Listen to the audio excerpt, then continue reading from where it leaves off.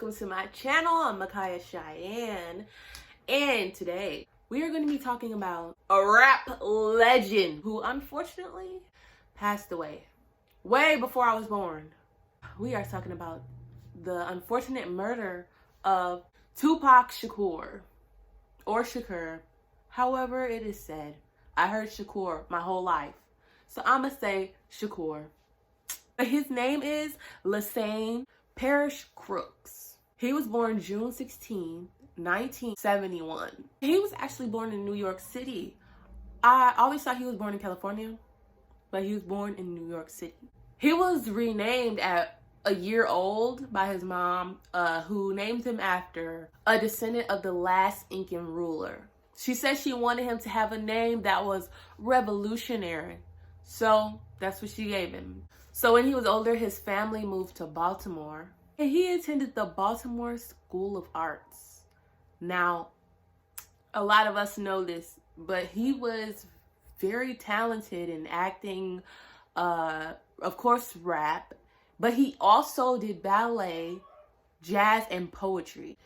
He also participated in lots of rap competitions, and he was voted like the best rapper in his school. Tupac began recording his raps in 1989, and from there he became the icon we know. I mean, he was putting in work for years upon years upon years, and you know, his work was really paying off. He also began acting in a few movies. I hope you've seen them, because they're good. Well, the ones I've seen are good. So he was a double whammy. He was an actor and a rapper, so he had his life set up, made. So later on, Tupac reached some hard times, and he needed money to help his family because he actually got arrested and he was in jail. So he needed some money, and he reached out to a friend that he knew, Marion Suge Knight. He was the boss of Death Row Records. And Suge helped him out. He paid what needed to be paid to help his mom and everybody, to get everybody situated while Pac was in jail. Now let's talk about Suge a little bit. So apparently Suge was a bit of a wild card, and he would have lots of beef with lots of people. It seemed like when I was reading, it seemed like he was always in some sort of drama. Like, maybe he couldn't just control his temper or his attitude, but it seemed like he was constantly making enemies. And he even had like some sort of beef with P. Diddy, because like there was like problems with which famous person was gonna go on this record label, who was gonna be on this record label. I'm stealing your artist and you stealing my artist, and it was like a lot going on. So the two labels, Death Row Records and P. Diddy's label, they always had like a rivalry going on, and then it was like a whole bunch of Crips and Bloods stuff that Suge was also involved with. Sounds like a dangerous person to be around to me. So as Suge was racking up enemies, Tupac was still in jail.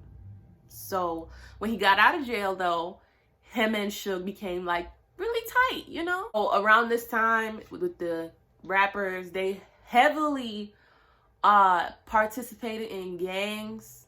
Like I said, the Crips and Bloods, and you know, it seemed like they were super serious about that stuff back then. I'm sure they're serious about it now, but I feel that back then it was really a problem. The involvement in gangs comes lots of dangerous situations. So we're just gonna talk about one specific situation, and it's the events that led up to the murder of Tupac. So this guy, Orlando Anderson, was at a Foot Locker, and he was a Crip, and he spotted Trevon Lane, which was a friend of Suge Knight's, at a Foot Locker, and they tried to rob this man. They tried to jack him. When Trevon saw Anderson again, when him, Tupac, and Suge were at MGM, which is like a hotel, because they were, you know, staying at a hotel or whatever, and he spotted him and he was like, oh shoot, Pac, that dude tried to jack me at Foot Locker like earlier this year in May. And Tupac was like, oh, let me go talk to him.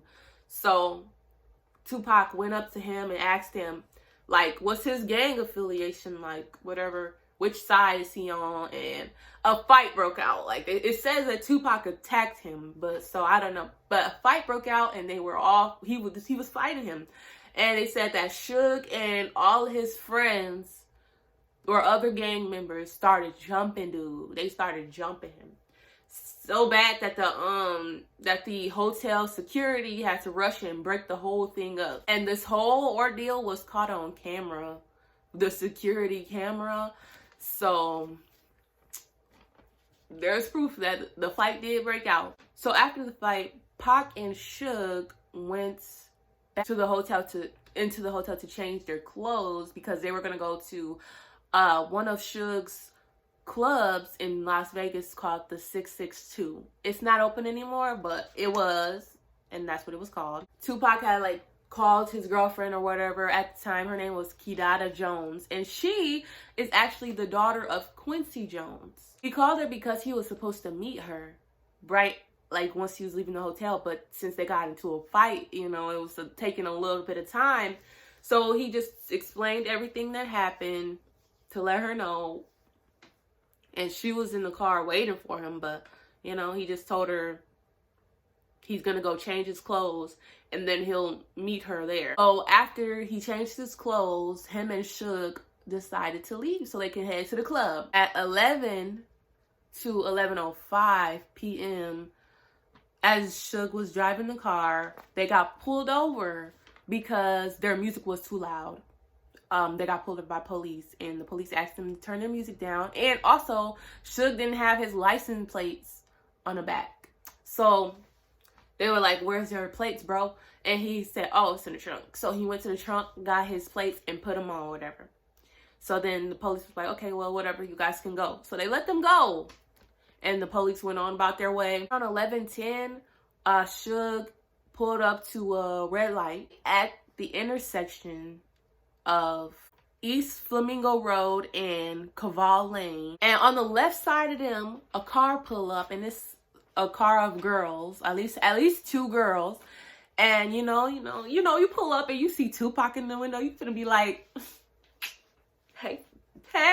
So they was talking to Tupac, and he was like, he was talking to them. He's like, what's up, Tupac, blah, blah, blah. So of course they knew who he was.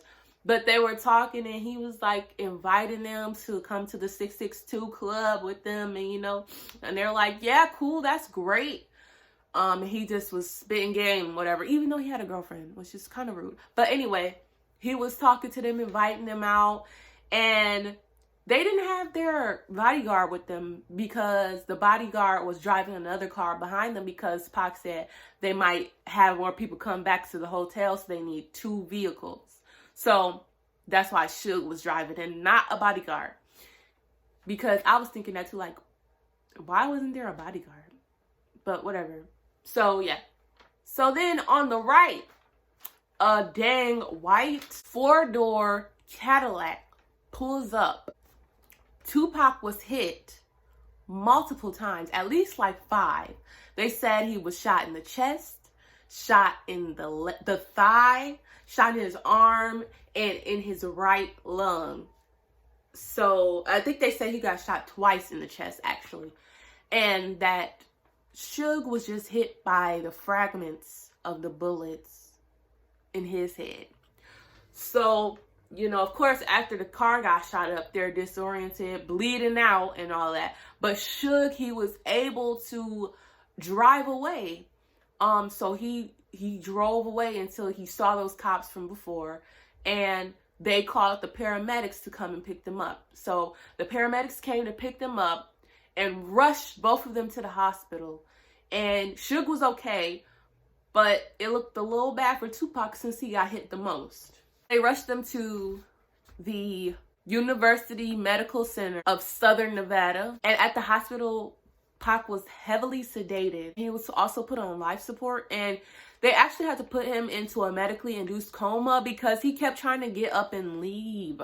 Like, bro, you just got shot at. You got shot a lot. Like, lay down. So they had to put him in in medically induced coma to calm him down and to keep him from leaving. So when he regained consciousness, his girlfriend Kidada was in the room, and she was letting him listen to music, and she was talking to him, and she told him that she loved him and all of this kind of sad stuff, you know. He even said that his eyes were filled with mucus and very swollen, so he wasn't looking too good. His hospital room was heavily guarded. I mean, as you could imagine, if he just got shot at, like, and I'm sure they know, like, oh shoot, he's high profile, they could come back and try to finish him off.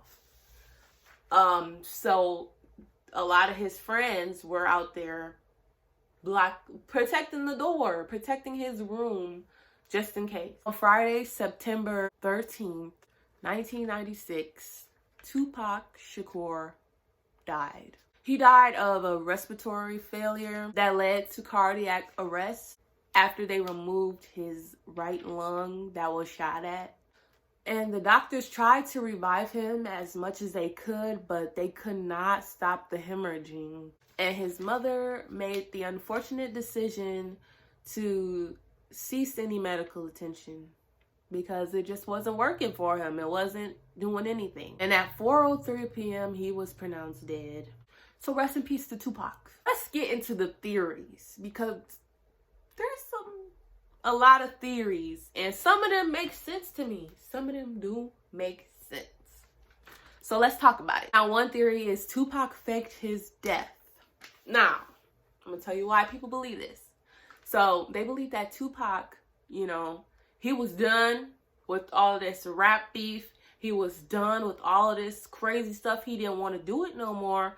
So he faked his death and went to Cuba. And he faked his death to get away from all the fame and everything. And the reason why a lot of people think that he faked his death was because he was very fascinated by a philosopher named Niccolo Machiavelli. And I'm not sure if I'm saying it right, but that's how it's spelled. And allegedly, the Machiavelli guy thought that faking your death would be beneficial to a fight. Like, because he said something about faking like your captain is dead, so your enemy will think that you're weaker, but then when they get there, you're not weak, and like you basically trick them, like whatever, to let their guard down a little bit. So, and one of Tupac's stage names was Machiavelli.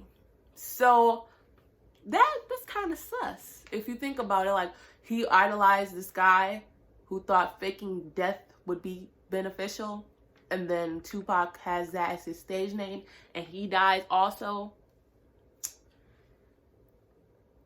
I'm not saying it's true. Now, the faking death ones kind of make sense to me because right after he passed away, they didn't do a funeral. I read that they just cremated him and they rolled his body in some weed and smoked it. So that's kind of scary.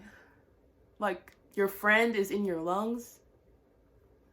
That cannot be healthy. That's kind of like cannibalism if you think about it. Like, you're ingesting human. Anyway, people think like, oh, there was never a body. We never seen what Tupac looks like dead. So I never seen it. I never seen a picture of Tupac dead in his casket, because they cremated him, I guess. But yeah, so if you cremate somebody, there is no body, it's ashes. So if you wanted to fake your death, that's a great way to just throw some dust in there and be like, oh, yep, that's me. I'm moving to Cuba. You know, I'm just saying, I'm not saying it's the truth. I'm not trying to be disrespectful to him. I'm just saying, kind of a good idea, and it makes sense. Some people think Suge Knight and his associates did it. They think that Suge set him up. And they said because of Tupac's success with acting and rap that he was gonna leave death row. And according to them, I guess, allegedly, you can't just leave death row.